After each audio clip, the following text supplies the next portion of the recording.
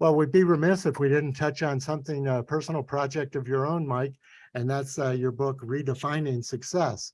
Not great leadership, personal development book, but I wanted to tie this together maybe in our discussion. Chapter 11 is entitled "Be Like a Scientist and Run Some Experiments."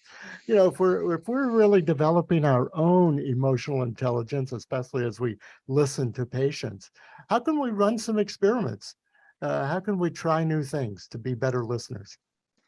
Yeah, so I think so. I love that the title of that chapter because the intention is it can fall to any walk of life, right? The idea is don't just dismiss something because it either sounds hard or complicated or something that you wouldn't enjoy at all, right? You never know until you try something if you're going to like it or not, or if it's going to be an easy experience, a good experience.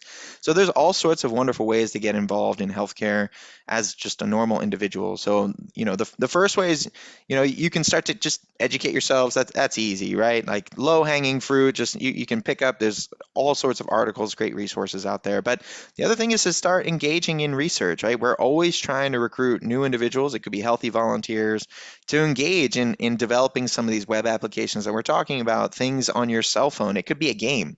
There are literal games on your computer that potentially, as a part of a research study, a research participant, they might even pay you to be part of this to just interact in a game, and you can be a healthy volunteer potentially, and it's helping us develop new novel techniques to improve patients on the back end, right? And so, I like to say that especially in this country, we like to wait until something goes wrong to seek treatment, right? Unfortunately, that's what a lot of us are primed to do. But if we can get a little more proactive and obviously you engage in your primary healthcare provider, engage in some of these research studies, you're going to help move the needle for the future so that we can continue to innovate, continue to bring things to patients and improve patient outcomes long term. Well, and I love the subtitle of your book that includes stories, science, and strategies, which Yeah. is almost something to underscore from our discussion today, isn't it?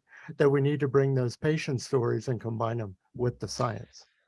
Yeah, it's all about storytelling, right? Like you don't need to get too, especially the general public, as soon as you're talking too much about science, you need to be able to say it in a relatable way. And the best way to do that is to bring stories, patient insights, literally real life perspectives to the forefront. As soon as you do that, people start to listen, people start to care, you bring emotion into it, and that's what it's all about. In the end, no matter what we do on a day to day, in the end it's about improving that person's life so that when they tell their story, they can end it on a positive note and say, well, because of this product or this new innovation, I feel a lot better today and I'm able to live my life in a better way.